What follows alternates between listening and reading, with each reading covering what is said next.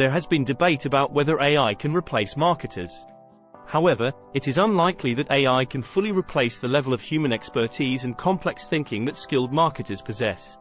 AI tools can provide assistance for solutions, but they lack emotional intelligence.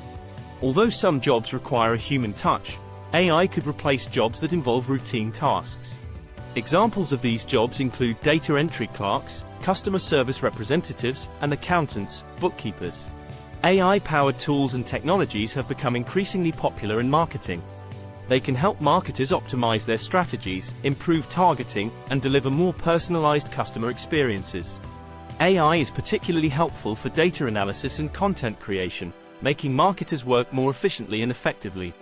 However, there are significant risks associated with using AI in marketing, such as breaching customer data, bias in outputs, and eroding customer trust. These risks can be avoided by careful planning, training, and oversight.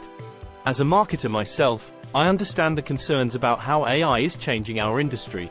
Our survey found that marketers have mixed emotions about AI tech, ranging from concern to optimism. However, about 45% believe AI can have a positive impact on their career rather than hurt it.